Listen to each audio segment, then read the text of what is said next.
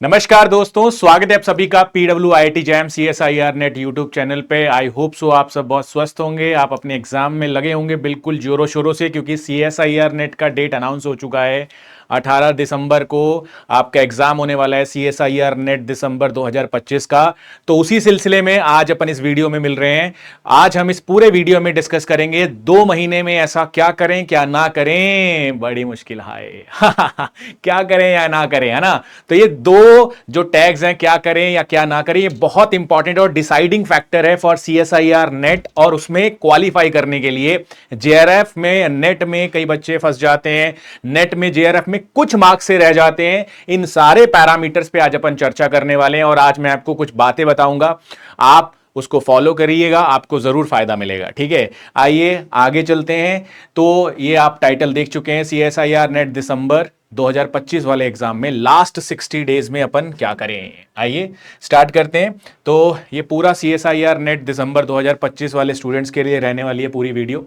और video start करने से पहले ये कुछ आपके डेट्स वगैरह हैं, है ना। तो आपका जो एग्ज़ाम है वो 18 दिसंबर को होने वाला है। 18 दिसंबर को आपका एग्जाम है, 2 शिफ्ट में होने वाला है। ठीक है, सुबह की शिफ्ट होगी एक और एक इवनिंग शिफ्ट होगा, अभी ये डिसाइड नहीं हुआ है। ठीक है, तो जितने भी नेट के एग्जाम्स होंगे वो इसी में होंगे। और जो आपका फॉर्म भरने का अभी भी डेट है, जिन भी बच्चों ने अभी फॉर्म नहीं भरा है तो कृपया करके आप जल्दी से फॉर्म भर दीजिए। ठीक है, अभी भी डेट है, 24 अक्टूबर तक आप फॉर्म भर सकते हैं। ठीक है, अब अपन इस वीडियो में स्पेसिफिकली जो बात करने वाले हैं वो बात होगी केमिकल साइंसेस की, राइट ना। केमिकल साइंसेस के ओरिएंटेड आज अपन इस पूरी वीडियो में चर्चा करने वाले हैं। केमिकल साइंसेस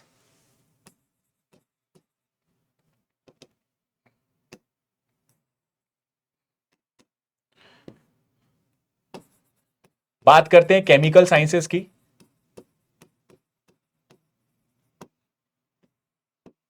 सो आपके 3 सब्जेक्ट्स ब्रॉड होते हैं, that is physical chemistry, inorganic chemistry and organic chemistry. ठीक है, physical chemistry, inorganic chemistry and organic chemistry. मैं आपको बहुत सटीक और सिंपल सी बात बताने वाला हूं, वो आपको डेफिनेटली फायदा करेगी और वो जेनरिक है, सबको फायदा करती है वो।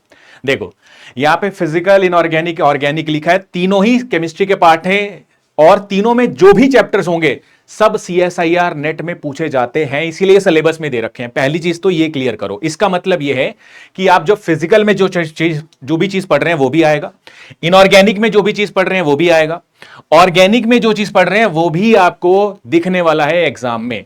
तो सबसे इंपॉर्टेंट चीज तो यह है कि आप जो पढ़ रहे हैं उस पे कॉन्फिडेंट रहिए, उसको कॉन्फिडेंस में लेके आइए, वो चैप्टर पे आपको कॉन्फिडेंस होना चाहिए।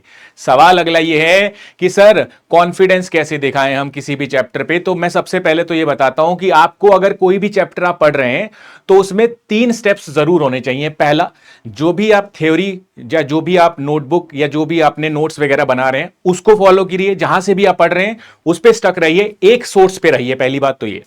दूसरा, जैसे ही आपने अपनी थ्योरी और नोट्स को खत्म किया, जो उसके अगला स्टेप होना चाहिए वो होना चाहिए क्वेश्चंस। और क्वेश्चंस में भी सबसे पहले क्वेश्चंस होने चाहिए आपके PYQs, उस चैप्टर के रिलेटेड जितने भी प्रीवियस ईयर के क्वेश्चंस हैं उन क्वेश्चंस को आपको अटेम्प्ट करना है। और उसके अलावा ये सब करने के बाद आप उस पर्टिकुलर टॉपिक के कम से कम 200-250 क्वेश्चंस जरूर अटेम्प्ट करें। इस पूरे तरीके से आपका वो चैप्टर बिल्कुल फाइनलाइज होगा और उस चैप्टर में आपको 100% कॉन्फिडेंस आने वाला है। यस और नो। अब मैं कॉन्फिडेंस या उस चैप्टर, एक स्पेसिफिक चैप्टर पे इतना टाइम बिताने की क्यों बात बोल रहा हूं, उसका भी रीजन है, क्योंकि मैंने बोला CSIR नेट एग्जाम में खूब सारे ऑप्शंस आपको मिलते हैं, खूब सारे ऑप्शंस हैं। तो इसीलिए आपको क्या करना है क्या नहीं करना है, दोनों चीजों की क्लैरिटी होनी बहुत जरूरी है। अगर मैं आपसे कहता हूं कि कोई चीज आप पढ़ रहे हैं, अगर क्वेश्चन उससे आता है तो वो क्वेश्चन आपसे बनना ही चाहिए, उस तरीके की आपको तैयारी करनी चाहिए, उस तरीके से आपको पूरे चैप्टर्स का प्रिपरेशन करना है। अभी मैं आपको धीरे धीरे बताऊंगा कि फिजिकल में सर बहुत सारे चैप्टर्स हैं, इनऑर्गेनिक में भी बहुत सारे चैप्टर्स हैं, ऑर्गेनिक में भी बहुत सारे चैप्टर्स हैं। यार हम सारे चैप्टर्स तो नहीं कर पाए हैं, तो मैं फिर से आपको बताता हूं कि आप जितने भी चैप्टर्स कर पाए, मैं अभी आपको लिस्ट भी दिखाऊंगा, उन चैप्टर्स पे आपको खुद ब खुद आइडिया लग जाएगा कि किन चैप्टर्स को अपन को प्रायोरिटी पे रखना है। अभी भी 2 महीने हैं, काफी टाइम है, आप आसानी से कर सकते हैं। चलिए आइए मैं आपको हल्का फुल्का एक आइडिया देता हूं, जिसमें पहला है आपके पास physical chemistry. Right. Physical chemistry में ये कुछ ऐसे टॉपिक्स हैं जो बहुत ही हाई वेटेज के हैं। आप ये मान लीजिए, जो पहला ही मैंने नाम लिखा है क्वांटम केमिस्ट्री, ये 1/3 ऑफ फिजिकल केमिस्ट्री है। लमसम 1/3 है जी। 25 से 30 मार्क्स का आता है। और ऐसा नहीं है कि ये आ रहा है किसी साल में, किसी साल में नहीं आ रहा है, किसी साल में पूछा जा रहा है, किसी साल में नहीं पूछा जा रहा है। ये कंसिस्टेंट है, बिल्कुल कंसिस्टेंट है। ये बिल्कुल आपको 25-30 नंबर का दिखता ही दिखता है हर नेट में। तो ये क्वांटम एक बहुत ही इंपॉर्टेंट और बड़ा सेगमेंट है, ज्यादा वेटेज रखने वाला एक टॉपिक है। इसको जरूर आपको अपनी लिस्ट में रखना है। और ऐसा अगर मैं बोल रहा हूं और अगर आप कहें सर ये तो मैंने किया ही नहीं है, तो कोई दिक्कत नहीं है, मैं उसका भी अल्टरनेट बताऊंगा आपको। पर जिन्होंने क्वांटम स्टार्ट किया है, पढ़ना शुरू किया है, जिन्होंने क्वांटम को अपनी लिस्ट में रखा हुआ है, जिन्होंने क्वांटम को पढ़ना शुरू कर दिया है या कर चुके हैं, उसको क्वांटम को पढ़ चुके हैं, तो जरूर इस टॉपिक को आप कमांड करें। अब जरूर इस टॉपिक को आप पढ़ के जाएं, जरूर इस टॉपिक को अपना मेन टॉपिक बना के जाएं, क्योंकि इस टॉपिक से आपको क्वेश्चंस आते हैं। अब सवाल ये भी उठता है कि सर ये ना जो क्वेश्चन है, ये ना 25 और 30 मार्क्स के क्वेश्चंस तो आते हैं, पर साथ में मैं आपको ये भी बता दूं कि इसमें से अगर आप क्वेश्चंस ट्राई करते हैं तो हो सकता है कि एक आध क्वेश्चन आता है जो बहुत ही अलग होता है, नहीं अटेम्प्ट कर पाते हैं। तो आप फिर भी अगर उन 1-2 क्वेश्चंस को हटा दें तो आपका 16 नंबर कहीं नहीं गया। 16 से 20 नंबर का फिर से ये चैप्टर बनता है। अगर आपसे 1-2 क्वेश्चन नहीं भी बन रहे हैं तो तब भी ये काफी ह्यूज वेटेज रखता है। तो ये एक टॉपिक है जो आपको काफी इंपॉर्टेंट है, काफी वेटेज वाला टॉपिक है for physical point of view. अब इसके अलावा इसमें तो चलो कई बच्चे कहते हैं सर गणित है, मैथ्स है, नहीं समझ आ रहा है, नहीं किया है। तो इसके अलावा कोई दूसरा टॉपिक है? हां, अगर आपने क्वांटम नहीं किया है तो आपको ये करके ही जाना है। और ऑब्वियसली बहुत सारे बच्चों का तो ये फेवरेट टॉपिक भी होता है, काइनेटिक्स एंड फोटोकेमिस्ट्री, और ये भी आपको भरपूर नंबर देके जाता है जी, 16 से 20 नंबर। यस और नो। उसके बाद मैं बात करता हूं इलेक्ट्रो एंड कंडक्टेंस। ये भी आपका काफी इंपॉर्टेंट टॉपिक है। ये वो नंबर मैंने लिखे हैं जो कंसिस्टेंटली ऑन एन एवरेज पूछे जाते हैं। इतने मार्क्स का तो पूछा ही जाता है हर नेट में। बात करता हूं ग्रुप थ्योरी की। ये भी बहुत इजी और बहुत स्कोरिंग चैप्टर है। सॉलिड स्टेट से भी आजकल काफी क्वेश्चन पूछ रहे हैं वो, है ना। तो ये भी सेगमेंट इंपॉर्टेंट है। स्टैटिस्टिकल, थर्मो दोनों अगर मैं मिला दूं तो इससे भी लमसम 16 नंबर का मामला बैठता है। ये भी इंपॉर्टेंट सेगमेंट है। उसके बाद स्पेक्ट्रा से भी 2 क्वेश्चंस या कई बार 3 क्वेश्चंस भी आपको देखने को मिलते हैं। तो ये भी जो चीज है ये भी इंपॉर्टेंट है। ये सारी चीजें कहीं ना कहीं आपके एग्जाम में खूब पूछी जाती हैं। इन चैप्टर से आपको कंसिस्टेंटली क्वेश्चंस देखने को मिलते हैं। अब करना क्या है सर? ये चीज तो हम भी जानते हैं कि इन चैप्टर से अपन को देखने को मिलता है, पर अब हमें ये बताओ करना क्या है हमें। तो सबसे पहले तो इन 2 महीने में आपने जितना भी सिलेबस किया है, आप सबसे पहले तो उन सिलेबस को रिवाइज करना स्टार्ट कर दीजिए। सबसे पहला काम जो आप सभी को करना है वो करना है जी रिवीजन करना स्टार्ट कर दो। क्योंकि मैंने आपको अभी बताया, और ये बात बहुत सारे बच्चे जानते ही होंगे जो प्रेपरेशन कर रहे हैं, क्योंकि आपको ऑप्शंस एग्जाम में भरपूर मिलने वाली हैं। एग्जाम में ऑप्शंस खूब मिलती हैं। अगर मैं बात करता हूं पार्ट बी का, तो पार्ट बी में आपको 40 क्वेश्चन में से 35 क्वेश्चंस अटेम्प्ट करने हैं।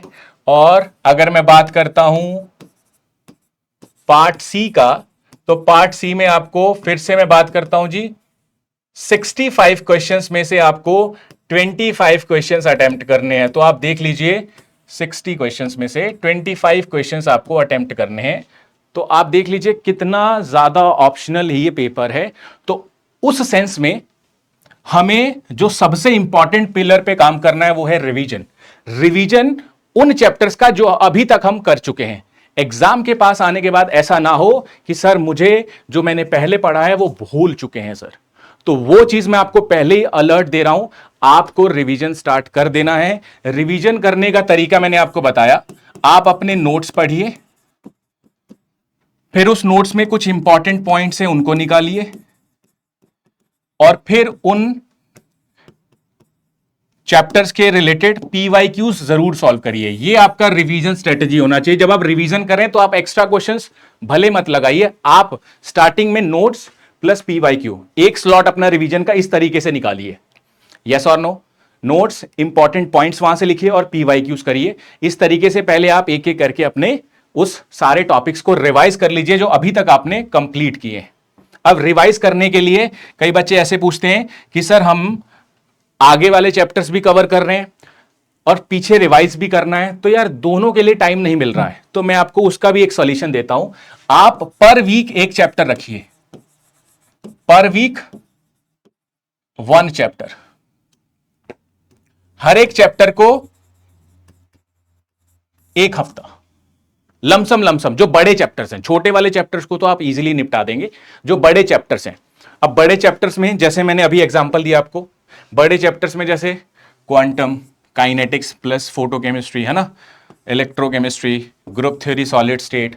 तो इन चैप्टर्स को आप एक एक हफ्ता अगर देंगे तो एक एक हफ्ते में आप इसको रिवाइज करिए। रिवीजन मैं बहुत बोल रहा हूं, तो क्योंकि रिवीजन से ही बच्चे फंसते हैं। क्योंकि आप मान लो काइनेटिक्स खूब शिद्दत से टाइम दे के आए हो, 1 महीना आपने काइनेटिक्स पे दिया है, अब पेपर में अगर आप उसको रिवाइज नहीं करके जाएंगे, उसके फॉर्मूलेस भूल रहे हैं, तो सब कुछ वेस्ट है ना। तो इसीलिए आपको अभी भी खूब टाइम है, तो आप अगला भी पढ़िए, अगला वाला भी कवर करिए, बट साथ में पिछले वाले को भी टच में लेके आइए।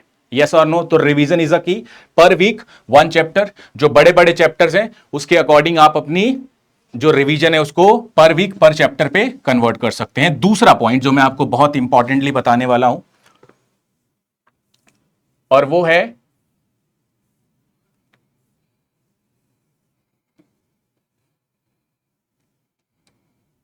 दूसरे पॉइंट पे अगर अपन चर्चा करते हैं जहां पे अक्सर बच्चे गलतियां करते हैं,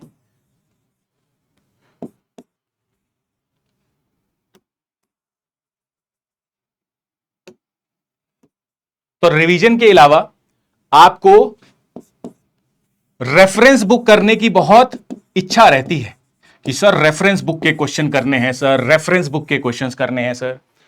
तो मैं आपको एक चीज फिर से बता दूं, क्लियर कर दूं, अगर आपने अपने नोट्स, इंपॉर्टेंट पॉइंट्स, पीवाईक्यू, इन तीनों सेगमेंट वाली चीजों को कवर कर लिया है, then only move to the reference book part. Then only, I am saying then only, otherwise there is no need to go with a reference book. अगर आप अपने नोट्स और पॉइंट्स को कवर कर रहे हैं, दैट्स द इनफ।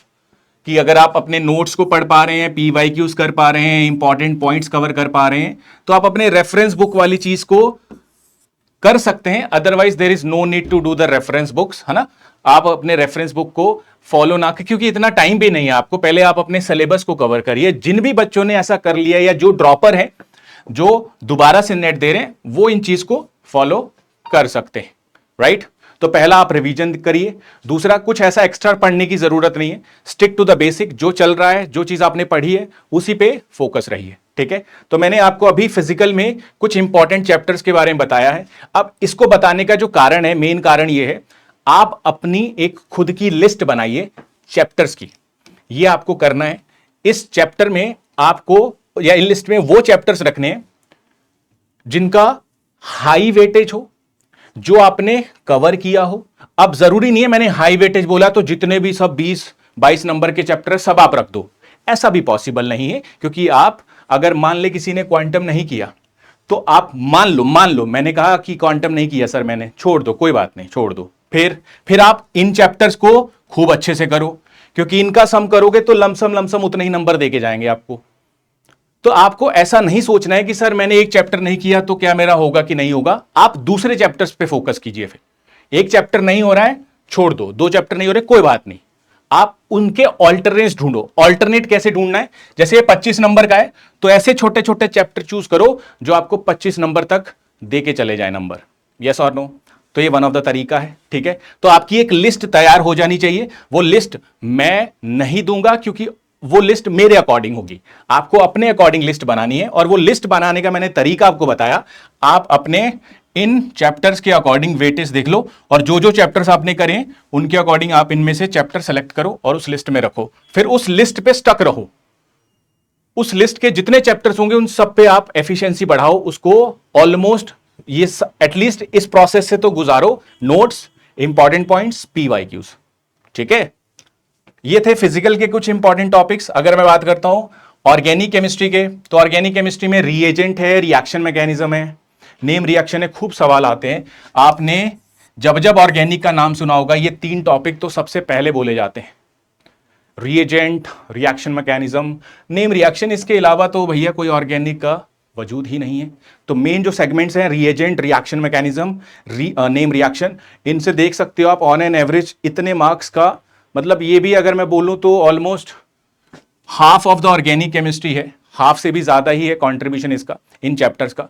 तो ये चीज है। अब कई बच्चे कहते हैं सर हमें ऑर्गेनिक में मान लो दिक्कत है, तो बेटे आप पूरा ऑर्गेनिक मत छोड़ के जाइए, आप स्पेक्ट्रोस्कोपी कर सकते हैं, आप पेरिसाइक्लिक कर सकते हैं, आप बायोमॉलिक्यूल्स कर सकते हैं। ये थोड़े आइसोलेटेड ब्रांच है, आइसोलेटेड चैप्टर्स हैं, ये थोड़े से अलग होते हैं। तो आप इन तरीके से आपका अपना लिस्ट बना सकते हैं अकॉर्डिंगली। ठीक है, मैंने आपको आपके मार्क्स डिस्ट्रीब्यूशन यहां पे दे रखे हैं। ऐसे आप इनऑर्गेनिक जब एनालिसिस करेंगे या इनऑर्गेनिक के चैप्टर्स का लिस्ट बनाएंगे तो उसमें भी आप देख सकते हैं कोऑर्डिनेशन केमिस्ट्री है, ओएमसी है, बायो इनऑर्गेनिक है, इनऑर्गेनिक स्पेक्ट्रा है और केमिकल बॉन्डिंग है। यस और नो? तो ये वो सारे चैप्टर्स हैं और उनके कॉरेस्पॉन्डिंग ये उनके मैंने वेटेज लिखे हैं। ये सारे चैप्टर्स तो नहीं है, पर ये मैंने वही हाई वेटेज वाले चैप्टर्स रखे हैं। और इनऑर्गेनिक स्पेक्ट्रा तो आजकल खूब पूछा जाता है जी, इनऑर्गेनिक स्पेक्ट्रा। कोऑर्डिनेशन तो चलो यार, ये तो जो ऑब्वियस वाली बातें हैं कि coordination, quantum, reaction mechanism, reagent, इनसे तो आता ही आता है, राइट ना? तो अगर आप इन सारे चैप्टर्स को लिस्ट में रखेंगे तो अब लिस्ट में हमेशा ऐसे, कई बच्चे ऐसे भी करेंगे लिस्ट बनाते समय वो सारे ही छोटे छोटे टॉपिक रख लेंगे। तो आपको उसका भी ध्यान रखना है कि आपको भले ही 1-2 चैप्टर कम करो, पर जितने भी करो वो बहुत शानदार तरीके से करने हैं, आपको बहुत अच्छे तरीके से करने हैं। और अच्छे करने के लिए मैंने आपको तरीका बताया, नोट्स, इंपॉर्टेंट पॉइंट्स, पीवाईक्यूज। ये 3 सेगमेंट से अगर आप गुजरेंगे किसी भी चैप्टर को तो उससे आप बिल्कुल ले जाएंगे, उस चैप्टर पे कमांड कर जाएंगे। ठीक है, तो आइए मैं आपको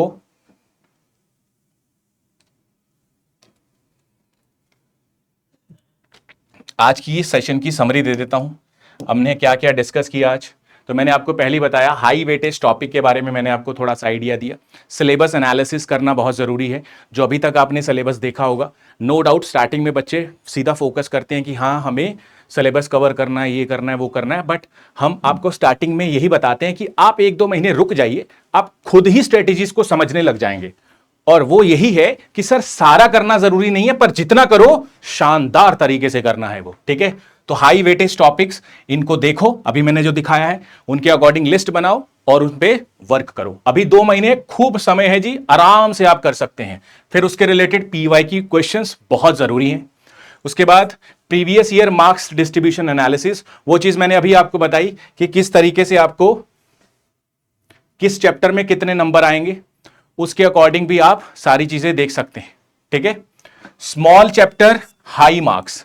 अब इसमें भी आपको जैसे मैंने अभी बताया, भी जैसे मान लो किसी बच्चे ने क्वांटम नहीं किया तो वो सरफेस केमिस्ट्री करके चला जाए, वो पॉलीमर करके चला जाए, वो न्यूक्लियर करके चला जाए, राइट, वो फोटो केमिस्ट्री पढ़ ले,